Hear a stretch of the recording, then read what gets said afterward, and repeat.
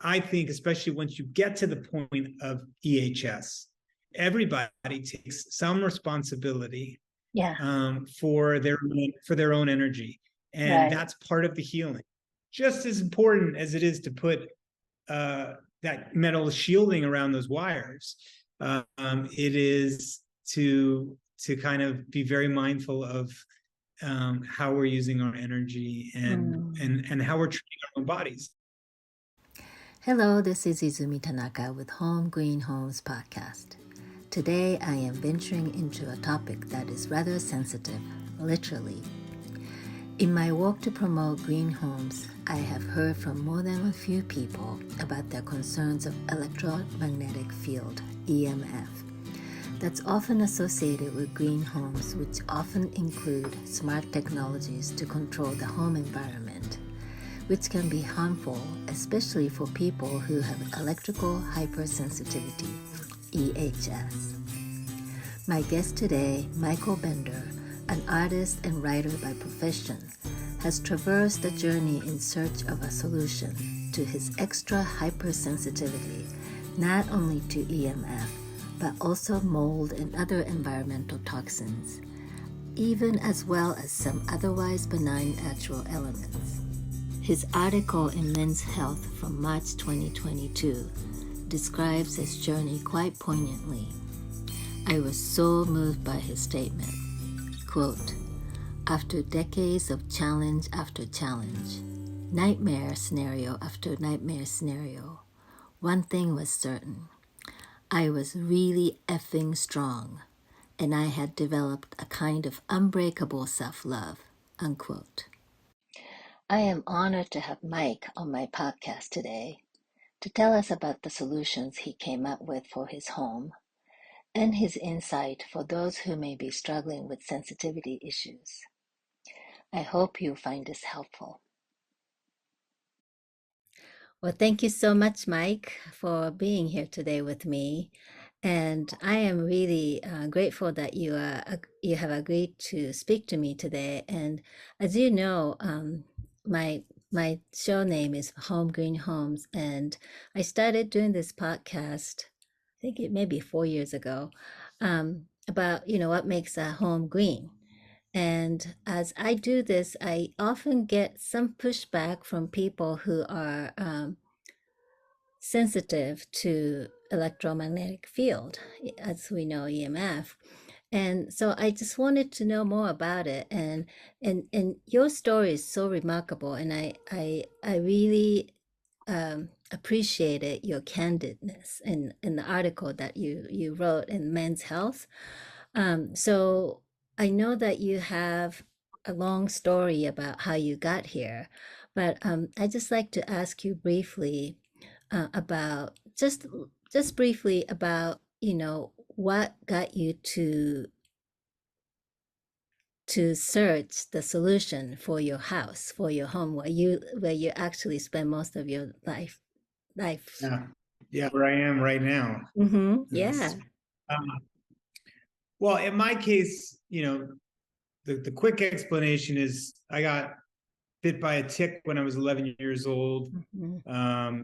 Ended up not knowing that I had Lyme disease, but as I got older, had all kinds of symptoms, neurological symptoms, digestive symptoms that started to create kind of havoc inside my body, and specifically my nervous system. And when the nervous system gets so out of whack, the brain becomes hypervigilant. Mm-hmm. And when that happens, you become aware of everything. You're like a pregnant woman times 100 in that, smelling things, you're hearing everything, like your fight or flight is so keyed in. And byproduct of that is a sensitivity to electrical EMFs as well. So it's not necessarily like a specific thing with EMFs, because the sensitivities are across the board. Someone with perfume will set off my nervous system in the same way. But I'm just aware of that those electric fields. I can feel them, I can touch them. And so that led me to want to build a house that I could live in and heal in, And to do that, I had to create something that was entirely human healthy. So not just green, because green is sustainable and eco-friendly, and all of these things that are equally as important. But I think in my case, it also had to be human healthy, because sometimes green doesn't check off all the boxes when it comes to human healthy. Exactly. So so that's how I got here. Yeah. So I know there's a lot of debate to be had about, what the difference between healthy homes and green homes, and there's definitely a, big overlap. But like you said, there's Sure. healthy elements, and the green ecologically correct elements may not be always the same. And in your case, you came up with this house call this quiet home. And that's a whole new term that I think a lot of people haven't heard about. So if you are to define what quiet home is, what would that be? Well, the reason I called it quiet home was because I was interpreting everything that was setting off my nervous system, Yeah. whether it be smell, sounds, electrical. It was all noise. It Hmm. was noise for my nervous system, and it was creating disruption. So for me, the idea of a quiet home, a home where the body can truly heal and be calm, that's tranquil and peaceful, just felt that word just spoke to me and gave me comfort. So what a quiet home is, a home that truly allows the body to just relax, in the same way that if you go hiking or you go camping, what happens? You feel amazing. Your body is so calm and relaxed in nature. And that's kind of the idea with a quiet home. We used nature as our sort of our guide, nature as our standard. And the goal was, how close can we achieve a house that will allow me to live as if I was out in nature, in terms of air Hmm. quality, water quality, and all of those different things. Hmm. Yeah, I believe that, actually, it's interesting that we are talking today, which is almost 3 years to the date that we got shut down with the COVID. And in the last 3 years, I think the green home sort of, may I say, movement has become kind of hyper focused on the healthy uh, factor of the Yep. homes. So in your case, it's like you had so much sensitivity, not just the toxins, like you said, it's EMF, and I know that from reading your articles and listening to some other podcasts you've done, it's not just a toxic material. It could be some natural material that you can be sensitive to, like your wife's shampoo, right? Absolutely. No, again, when the nervous system gets disrupted, it could be you also start developing a lot of allergies, Hmm. because the brain gets confused. But if it's even if it's a strong smell, like strong smell of lavender, Hmm. which is not toxic in any way, that's still enough to set off the nervous system. So there's a distinction. Right. However, when something is toxic, it both sets off the nervous system, but also becomes something that my body now has to deal with. Mm. And I would say, even further sort of hinders the process of healing. Right, right, right. So, so the quiet home can be, uh, it can be different from each person. Like if you were to design a quiet home, which I'm going to get to, it's not a cookie cutter design, or it's not like a checklist of things that you have to follow. So it really has to be customized to whoever, your condition, um, uh, your sensitivities to different things and different items, right? Yeah. Well, So, I think there's, yeah, I was just going to say that I think that there is kind of a standard template for the mm-hmm, quiet home, I'd mm-hmm, say. sure, Then there's a question of, maybe somebody doesn't have the EMF sensitivities that I have, right, but they're asthmatic, or their mm-hmm, kids are asthmatic, so they mm-hmm, really want to focus on air quality. mm-hmm, Um, But let's just say somebody is going through chemotherapy, they have cancer, then they might want to, even though they don't have EMF sensitivities, they might want to sort of take care of all the different things just to give the body the best chance. Because even somebody who's not sensitive to it like I am, or aware of it, their bodies and nervous systems are still dealing with it. It's just you don't have that awareness because your brain isn't freaking out. Right. So there are kind of steps, and there is like and that was something that I tried to outline in the article in Men's Health, was here are the things you can do, and breaking it down to, water, air, electrical, the process of construction, which is a big one, which most people don't think about, right? Even if you're building the greenest home in the world, if you're doing dirty construction and you've got dust everywhere settling in places, that's not going to turn out well. So there are just kind of best practices, I would say, that really help. And I think that I always try to impress upon people, my friends, family, this isn't a process where you're trying to be perfect. Because if you aim for perfection, you're gonna be really disappointed, because it's impossible. Right. So it's about checking off the big things so that you're making progress, not perfection. Like that's the goal. And so I think, paint is massive in terms of human health, because we're surrounded by it. It's on every wall, it's on the ceiling. So that's a big one. If you get that right, that's a big check on the list. Flooring, again, everywhere. So we want to get that right. Cabinetry, like our kitchen cabinetry, where we spend most of the time in our homes, we want to be really mindful of what are we using on the kitchen cabinets, what kind of paint do we use, what kind of lacquer are we using, what are these cabinets made of, where were they constructed? Those are the type of questions you have to ask. So those are kind of like the big ones, and then you can get into more of the detail, but that's the big. So a lot of the things that you are talking about, the flooring, the paint, and the cabinetries, they definitely qualify as being green, or green materials or green building. So what are some of the things that you implemented in your quiet home that well, say let's go from the basics, like the floor and the paint and the cabinet, and what are the other basic things that you implemented? And then I know that you discovered some other things as you went along. So if you could tell me, maybe how you went along with the process, what were some of the discoveries that you did for your specific case? Yeah. Yeah. Well, first, I want to just draw a distinction, because green can sometimes be confusing for people. If you go to Home Depot and you're looking at paints, you'll see a lot of paints that's green.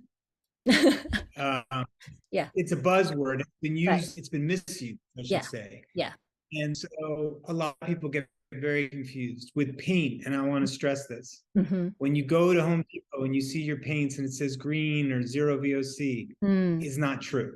And this is not something that I knew initially, but I learned it from speaking to those who understood it, have tested these products. There are all kinds of ways to get around regulations when it comes to paints, and to be able to use words like green and natural and whatever else they say.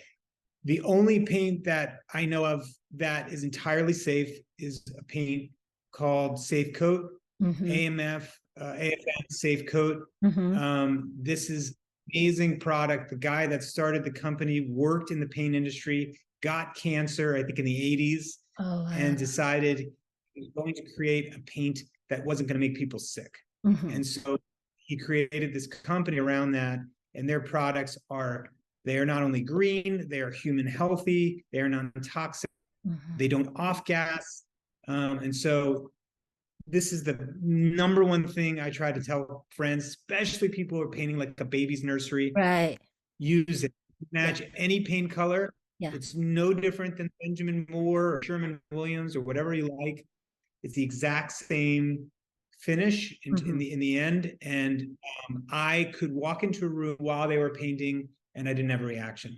Whereas, if I went somewhere else, I'd probably drop dead if I was in the middle of a paint job. So, because it's so much off the paint. So just want to make sure people understand that. Same thing, I think flooring too can be tricky.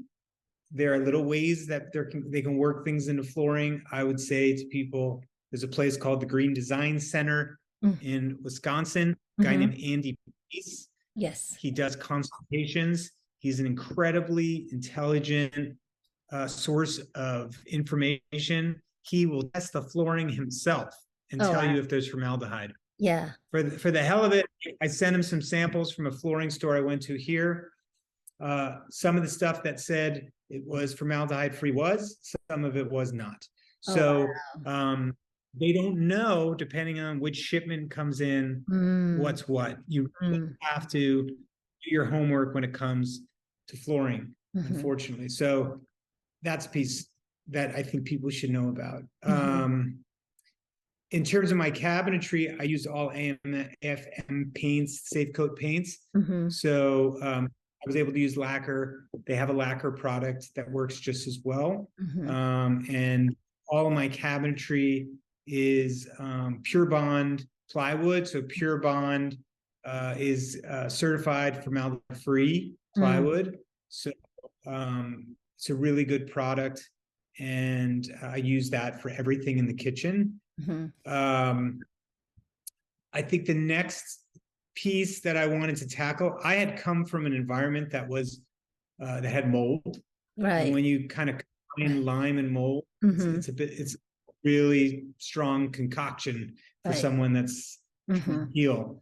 And so that was a big concern for me. So when I came into this house, I wanted to make sure the air quality was really, really good. So I put in an IQ HEPA filter.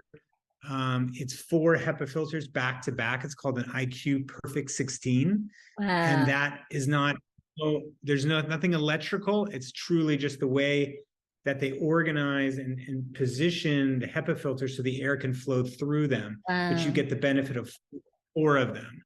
And the other component that a lot of people don't know about, for anyone that's concerned about mold, is a dehumidifier. So depending on where you live, and I'm in Santa Barbara, and I know you're over the mountains, so where we have similar climates, at times it can get pretty humid.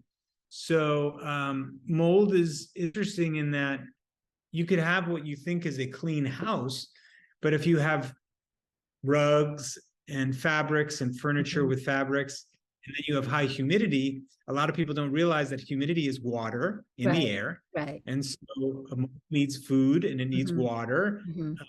And so if it has the humidity and it has the fabric, it will grow on rugs and things like that. So that was something, again, I didn't fully realize. But the dehumidifier has been massively helpful here because we've been able to kind of keep it climatized at, just keep it at 50 degrees in terms of humidity.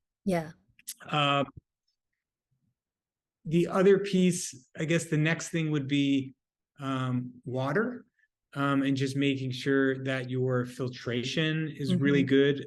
The water here is not fantastic, unfortunately, so it's pretty heavily treated.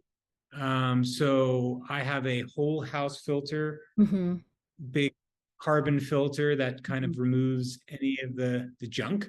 And then a filter that I also have at the tap that we drink just to filter out anything that might be inside the plumbing from the outside to the sink. A lot of people get intimidated by water, and I get it. It is intimidating because there's a lot of not a lot of misinformation, but a lot of differing information. The one thing that I discovered, I had previously used reverse osmosis, which it is majority common. of people, end up using. here's the thing with reverse osmosis that I don't know that people fully understand, which is when you drink that all the time, reverse osmosis is water that essentially you're stripping all the minerals, you're stripping everything from the water, and that removes all the bad, but you're removing all the good stuff too.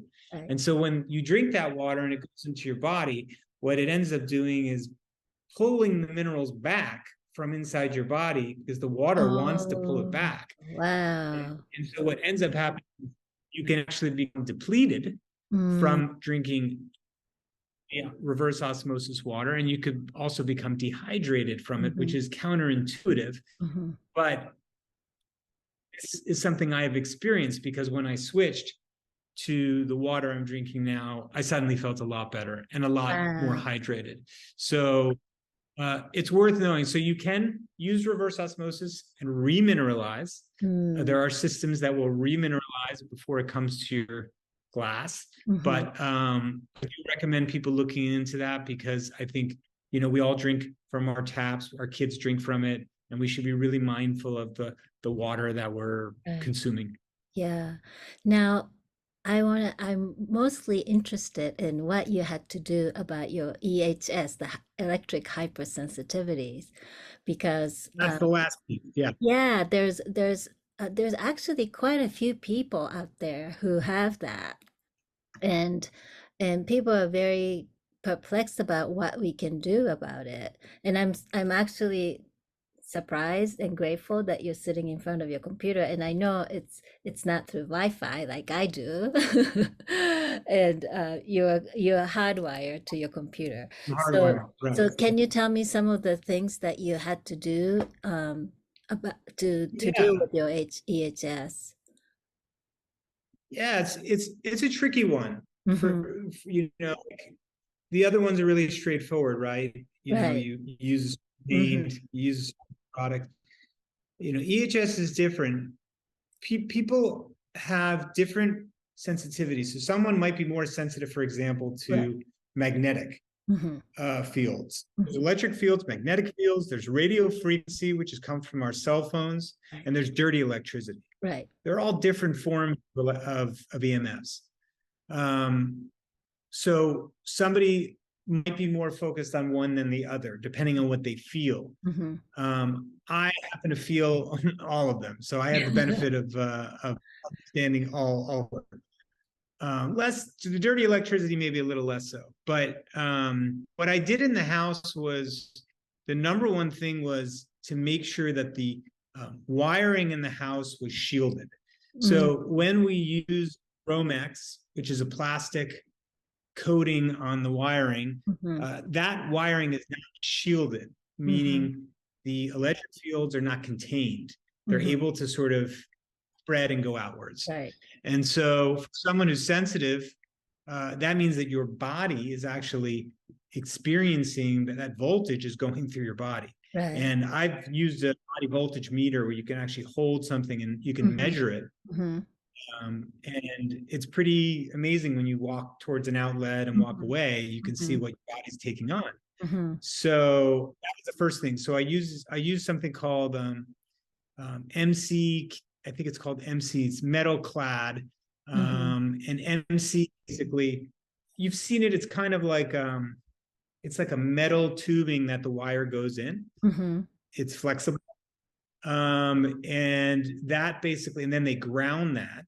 The electrician will ground that so that all of those wires basically, they can't emanate from there. They get contained and nothing spills out into the environment that you're living in. So that's the biggest piece. So I had to redo all the wiring, put everything in MC, and that was a big deal. The second piece was, like you said, wiring the house so everything was hardwired. We have no Wi-Fi in the house. I personally am not a proponent of Wi-Fi for anyone, but I think that certain people obviously can handle it probably better than others. But I do think that Wi-Fi is one of those things that even for someone who's in a body that's balanced and healthy, you're still getting hit all the time. Your body's very smart. it can deal with things as they come, but when you hit it all the time, that's when things can start to break down over Right. time. Right. And so what I recommend to people at the very least, if you have Wi-Fi, shut it down at night. Put a plug with the router or the modem that has a timer on it so that at night it shuts off. You're not using your Wi-Fi at night. There's zero reason why you need to be blasting it, especially as you sleep, because that's Right. when our nervous systems unload from the day and we sort of rebuild and recuperate. So that's the biggest piece, I think, is when you're sleeping. So I would say to people, if you want to continue using Wi-Fi, Yeah. it's a really simple thing. It won't really affect it won't affect your lives in a big way. I mean, Um, that's the biggest paradox of our modern days, you know? Like everybody's yeah. connected, and that's the other thing. Like, a lot of people think green homes meaning smart homes, or like everything is connected through Wi-Fi, and you can control your light to your sound to heat and everything. So that means Wi-Fi needs to be on all the time. A security system, like the ring bell, you have to be connected to Wi-Fi. So I mean, that is a big question mark I've always had. So you Well, can. you and me both, because Mhm, to me, these smart home devices are sort of the least green thing I can think of. mhm, Because again, when I think of green, I think of nature. And we don't encounter any of that stuff in nature. mhm, If we go to the beach, there are magnetic fields that we feel from the earth. Those mhm, are really good for the body. Those are mhm, really balancing for the body. But when we're surrounded by all of this man-made electric fields, it's really disruptive to mhm, the body, to the mhm, cells, and to the mhm. nervous system. The Yeah. reason why, you said there are more and more people that you might be hearing from is because as we continue to add to the pile, right? Now our range hoods have Wi-Fi, our fridges have Wi-Fi and Bluetooth. Our coffee makers have Bluetooth and Mhm. connect to our phones. Yeah. It's ridiculous. Yeah. We don't need. And what happens is we're just compounding it. And so what's going to happen is more and more people eventually, the body and the brain at some point say, it's too much, Yeah. enough is enough. And that's the beginning of electrical sensitivity. So I think if anybody's interested in the subject, I think just think, you don't have, I would just think logically about it and say, I kind of want to introduce the least amount of that noise as Mhm, possible in my mhm, home. mhm. I know I need certain things to get my work done, Right. but the least amount that you can do, I think the better off you're going to be. And the things that you don't need, like the Wi-Fi and Bluetooth in your Yeah. toaster, Yeah. don't get it. Yes, I agree. But Simple. so your house is fairly well shielded, say for instance, that you don't have a Wi-Fi signal in your house, but you must still pick up Wi-Fi signal from your neighbors, don't you? What is there We anything you are can do we are about that? Well, I have a little RF meter Uh-huh.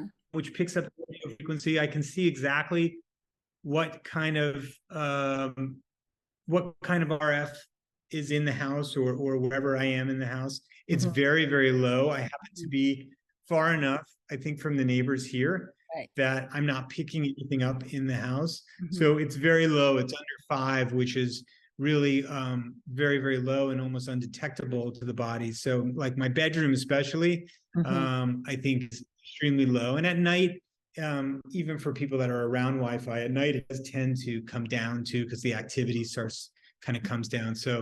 Uh, so I got lucky there because you don't always know, like you said, who you're next to, how close you are, where their Yeah. router is in the house, especially for people that are in an apartment. It can be very Right. tricky because you can make a decision for yourself, Yeah. but the person next to you has a modem right next to your wall. Exactly. It's tricky. There are things you can do. There are things you can use.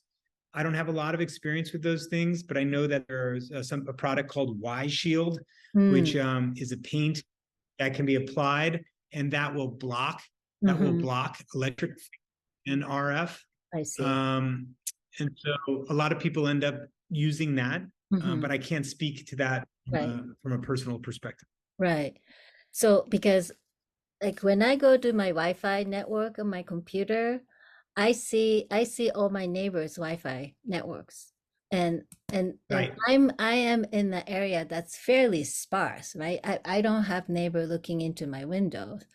But like as if I'm in the city, say I am visiting somebody's office or something, I can see long list of Wi-Fi networks. So that means we're bombarded with all the signals, right?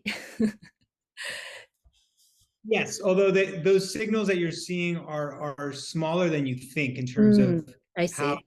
intense those signals are. Meaning, a lot of times, if you clicked on them, you would get a very low Mm-hmm. Hmm. Wi-Fi signal because you're not really getting a strong signal. Right. So the computer, the computer's quite sensitive. It'll pick up a lot of that. I see. But yes, if you go out into the world, Ah, we are being hit by that constantly. It's in our yeah. cars. I mean, think of Yeah. the cars we drive now. How much is going on in the cars? So uh, that's true. The other thing I'll mention is that a lot of people with phones, and I Mm-hmm. just did a Instagram post about this because I have a lot of friends who come over and they say, Mike, don't worry, I'm in airplane mode. Um, you think they're in airplane mode, but then I check their phones and they're not. Yeah. The iPhone is very tricky. You can think you're in airplane mode and you've shut it down, like at night, you put it next to your bed, but you're actually blasting out a signal still. So you have to make sure that your phone looks like that Mm. all of those symbols are completely clear, like there's no white behind them. If Uh-huh. there's no white behind them, especially the Bluetooth, Right. it's still at a very, very large signal. So a lot of people don't realize that. And so it's just helpful, I think, to know that because most people want to put it in airplane Mm-hmm. when they're not using it, when they're Right. sleeping, Right. and it can be tricky. Yeah. Then how about like 5G? I know some people who are trying to find any spots in the world that doesn't have So, 5G. so I've met a lot of people on my journey here, Mm-hmm. and I've met some people that are really far on one side of this issue. Mm-hmm. Um, there is a like stereotype of someone who's EMF sensitive as being wrapped in tinfoil. Um, I don't. I never would like that. I Mm-hmm. still go out into the world. I still go. I had to go with my son into a Verizon store the other day. Yes, I That saw that your scared the hell out Instagram of me. But post. on my Instagram, yeah. So I did that. Yeah. But I did that because I don't believe that we should hole ourselves up in the house and Yeah. not go out into the world. I Mm-hmm. think that's counterproductive at the end of the day. Yeah. It's really about trying to just when we come home, make our home as safe and healing a space as possible. Right. Um, and just being mindful of that. But I think that I've spoken to some people that get very, very wound up around 5G. Mm-hmm. And there are obviously a lot of theories and conspiracy theories around 5G. Mm-hmm. To me, I group it all in the same way. I group it in the same way as someone who's has a really strong hair product or toxic like dye in there. To me, all disruption and noise for the body, and I limit that. I Yeah. don't get caught up on 5G and 4G, 3G. I'm Okay. not. I just not focused on that. I really like part of the healing process for me has been getting my body and my nervous system to calm down and to say Right. we're okay, we're safe, it's Yeah. okay. So to live that hypervigilant for me is not the way I want to live my life. Mm-hmm. I want to be healthy. I want to be able to do things like everybody else. So Mm-hmm. Mm-hmm. that's kind of where I fall on that issue. That's great. So you are you are by profession an artist and writer. I'm an artist myself, Yes. so I feel the kindred soul here. But like along this journey, this over since if you started at age 11, over this quite a few years of journey, you kind of 47 years old. Yeah. so you Yeah. kind of became an expert at this, right? I did in the By last default. by default in the Yeah. last 2 years. I learned a lot, and uh, I think that for me, I learned it so that I could give that information back to others. That's part of the Mm-hmm. reason why I wanted to speak to you. Mm-hmm. I feel like whatever I learned from my experiences is not for me to just use for myself and Mm-hmm. get better here. Mm-hmm. I know there are others out there that are in the Yeah. same situation I was, that are Right. confused, that are Mm-hmm. scared, that are lost, that have family members who think they're going crazy. And my message to them is you're not going crazy. Trust your intuition, believe in yourself, and know that there are steps you can take to get better. Mm-hmm. And I am determined to just help as many people as I can, share the information, continue to learn, be open to learn, be open to being wrong. I think we all need to do more of that, Yeah. and just try to grow and learn. Mm. That's the reason I'm here. Well, I so appreciate that. And so would you say that there are solutions for all the different kinds of sensitivities? Like you had to really, by trial and error, find your solutions one by one. And and a lot of the things that, like, you, including your doctors, the solutions that they might had in their pocket may not have worked for you. And so I'm sure that there's so many people out there who may have different sensitivity issues that nobody can figure out. But do you think that there can be solutions that can work for everybody? I am a believer that there's always a solution.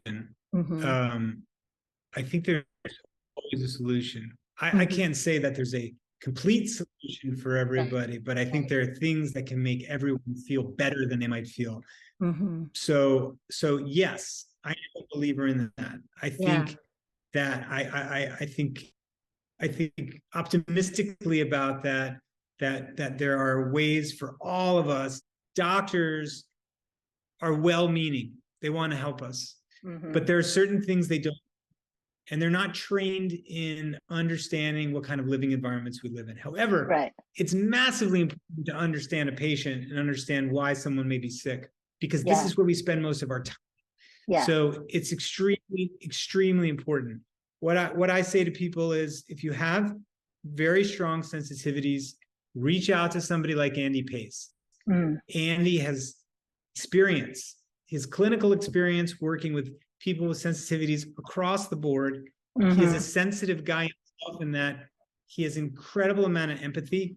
He's incredibly patient, and he will work with you. I couldn't have done it without him because he brought so much together for me. Mm-hmm. Mm-hmm. He's the one who said, use this paint, use this. It would have taken me forever to do my research, and I probably would Mm-hmm. have made a lot of mistakes.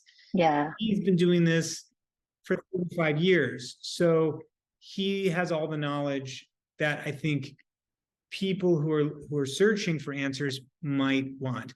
He's very reasonable. It's not crazy expensive.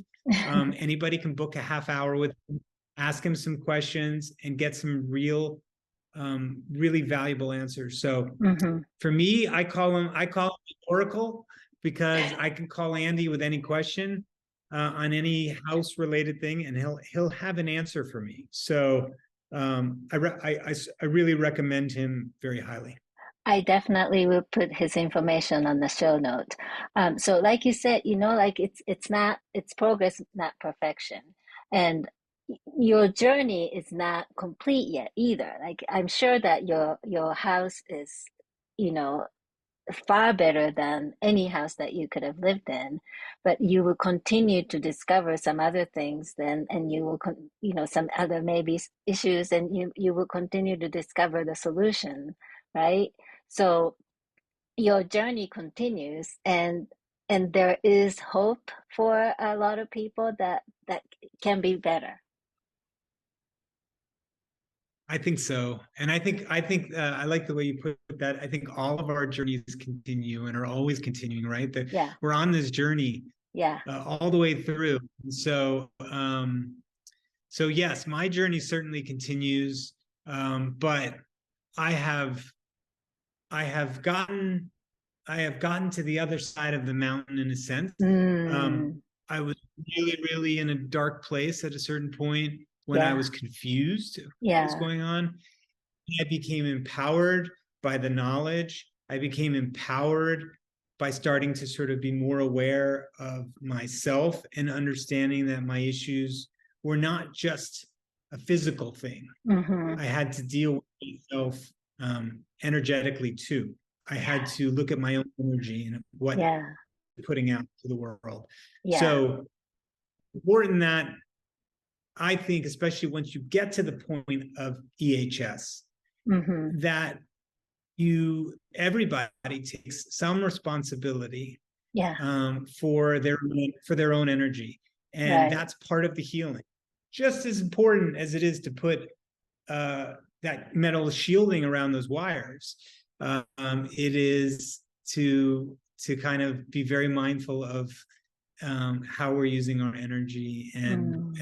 and how we're treating our own bodies. So Yeah. I've just like my mind went boom, in the last year, and I'm just enjoying the process, like I said, of learning right Mm-hmm. now. Mm-hmm. And I know that to a certain degree, all of this crazy stuff that I went through Mm-hmm. happened for a reason. Right. And when anyone that's going through anything chronic or sick, when you get to that point where you can look at it from a place of what am I supposed to be learning from this, Yeah. then you're starting to a really good place, because Yeah. now you're observing your condition versus being in it and being trapped by it. Yeah. And so I think this is part of what I was meant to learn. Yeah. And um and so I don't know if anything I said just made sense, No, it's but it's how I totally. feel. Yeah. From it's very personal, and I feel for anybody who's going through any kind of sensitivity, whether it be Mm. EHS or chemical Mm-hmm. sensitivities. um, I know what it's like. I understand the feeling, and I just want people to know that there are, like you said, there are ways to address it. Yeah. Well, thank you so much. My motto is trust the process, trust the journey.